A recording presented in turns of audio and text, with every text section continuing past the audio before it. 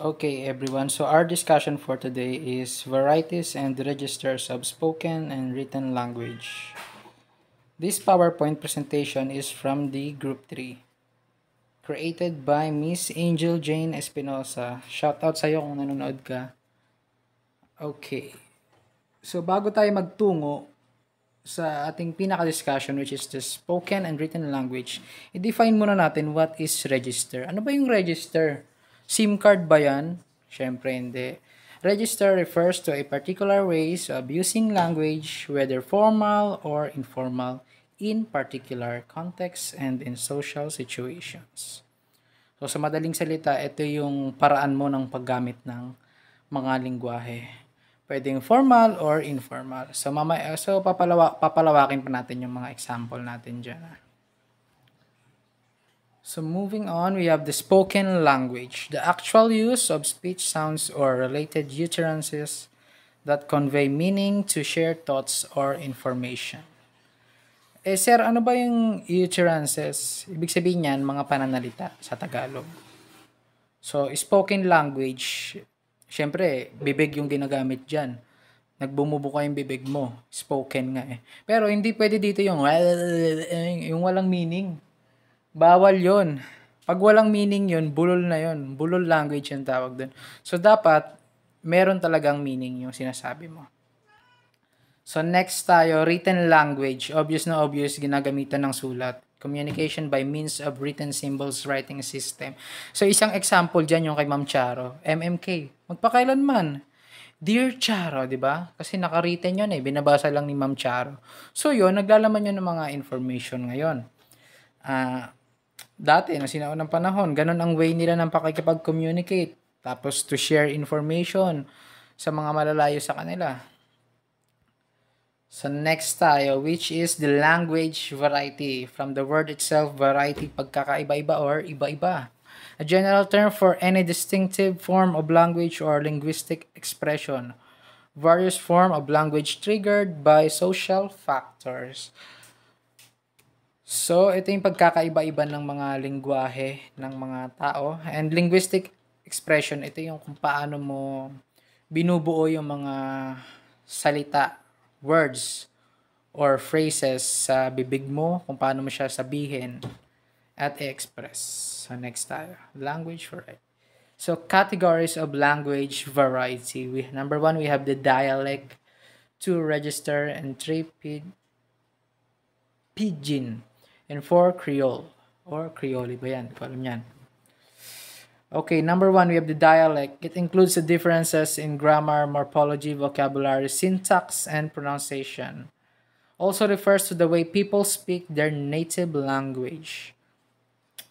So, vocabulary, it means kung gaano ka karaming nalalaman sa mga iba't ibang words, whether Tagalog or English or any type of languages that you know. And then of course pronunciation. Yung morphology hindi ko na i-discuss kung ano yan, parang hindi naman ganun ka ano yan eh. Parang sa science na yata yan eh. Itong syntax naman, ito yung mga forms ng language or phrases kung paano mo siya ulit binubuo. Ganon.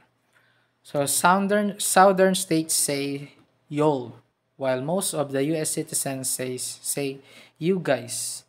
So, itong y'all, galing to siguro sa mga black people eh. Sila yung madalas gumamit nito. Mga gantong word, no? Pag y'all, ito yung pinagsamang you and all. Kaya nga mayroong apostrophe sa taas. And Americans call it highway, while in the West, they call it freeway. Actually, the same lang yan. Trip lang talaga nilang ibahin. No? Iba-ibang bansa, minsan, yung iba tawag freeway, yung iba highway. Pero the same lang talaga yan. Accent. So, in the middle of nowhere, they define accent. Refers to how people pronounce words and how someone speaks another language. How to speak British.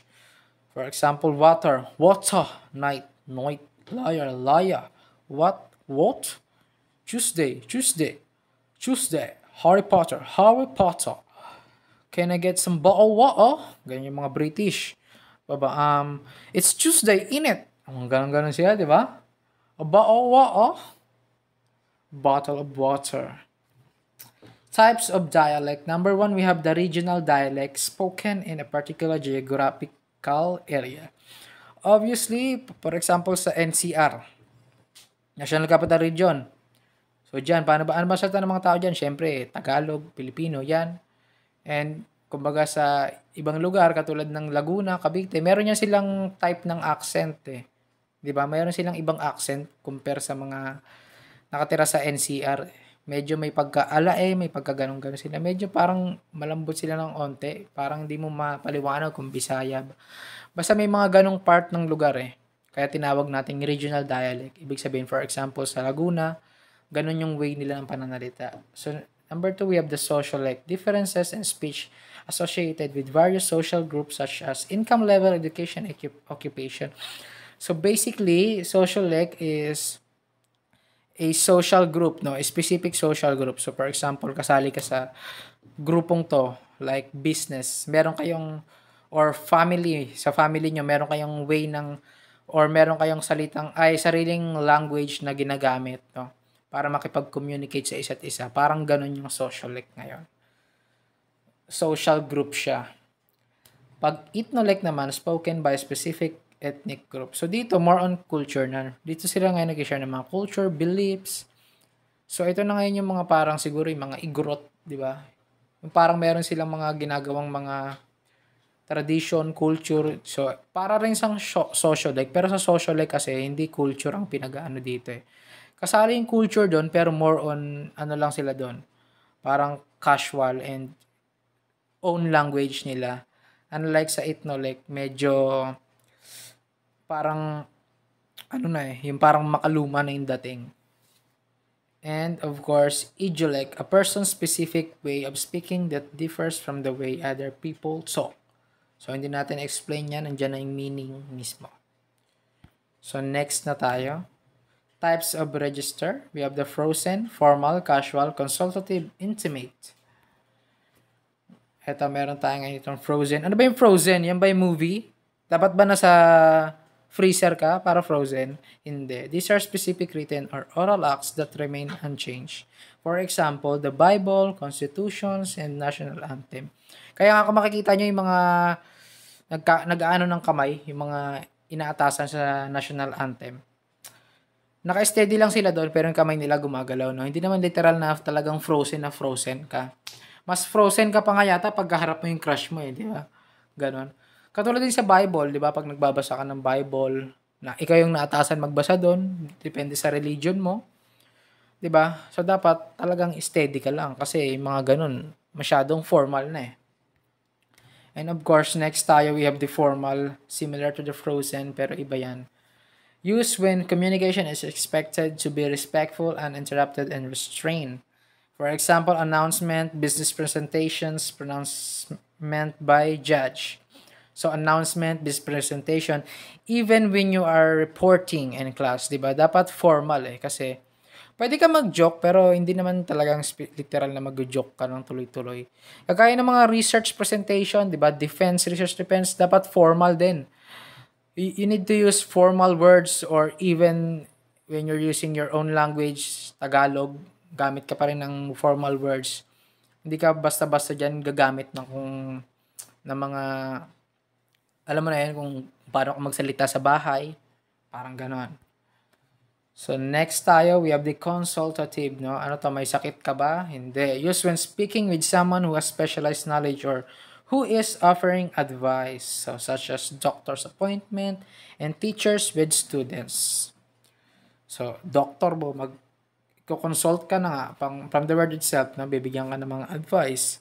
Pwede rin yung mga psychologists, di ba? Nagbibigay rin sila ng mga advice.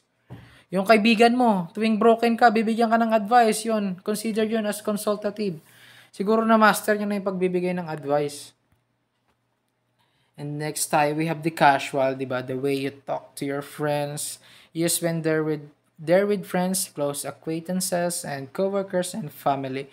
Examples, a birthday party, hanging out with friends. Diba? Pagkikitain mga kaibigan mo, oy pre, ang pangit mo na, mga ganon. O kaya yung iba naman, oy pre, pumugi ka. Oy pre, tumaba ka. Oy te, may jowa ka na ba? Mga ganon-ganon. Pangit mo, mga ganon-ganon. Ganyan, mga casual talking, di ba? And next tayo, last but not the least, we have the intimate. Usually between two people and often in private. Ay, ito na ngayon yung mga magjojowa, no? Meron silang intimate relationship.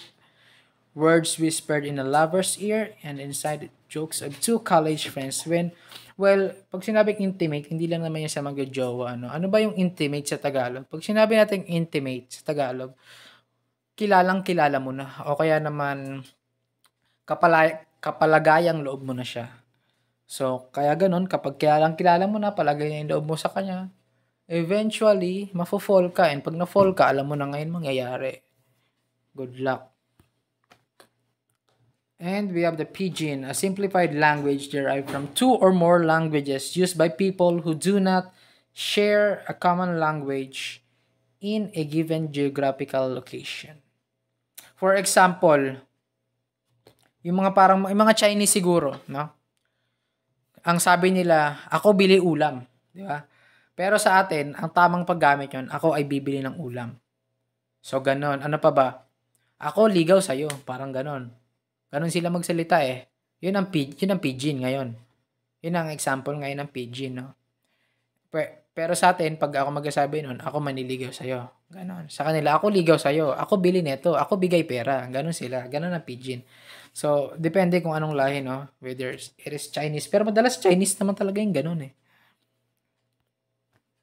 And last but not the least, the Creole. Creole is a pidgin that is used by native speakers and with fully developed grammar and syntax. For example, Chabacano is a Spanish-based Creole spoken in Zamboanga, Philippines. Nakalimutan ko na kung anong tamang basa dito. Creole ba? Creole.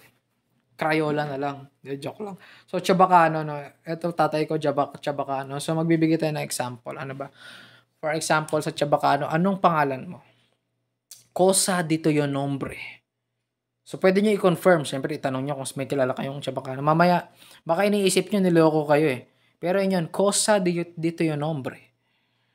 Yun ang ibig sabihin nun. Anong pangalan mo? O kaya naman sa Tagalog sa atin, kapag sinabi natin, ano, meron ba dyan?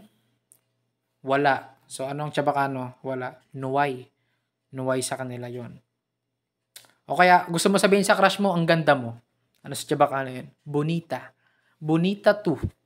Ibig sabihin nun, maganda ka. O kaya may kaaway ka, napapangitan ka, sabihin mo ng ang pangit mo. Para hindi niya maintindihan, sabihin mo, malakara tu. So, yon ang Creole ngayon. So, I believe this is the end of our discussion. Thank you for listening. So, guys, please, have some research again, no? Mag-research pa rin kayo, no? Kahit na-explain ko na sa inyo yung meaning ng varieties and registers of spoken and written languages, no? Mag-research pa rin kayo, dagdagan nyo yung kaalaman nyo, maghanap pa kayo ng iba pang example, no, na pwede. And of course, maraming video nito sa YouTube, no, pwede nyo pang panoorin, no. Dinagdagan ko lang, no, para mas marami kayong mapilian. So, yun lang. Don't forget to like, share, and subscribe kung may natutunan kayo sa video na to.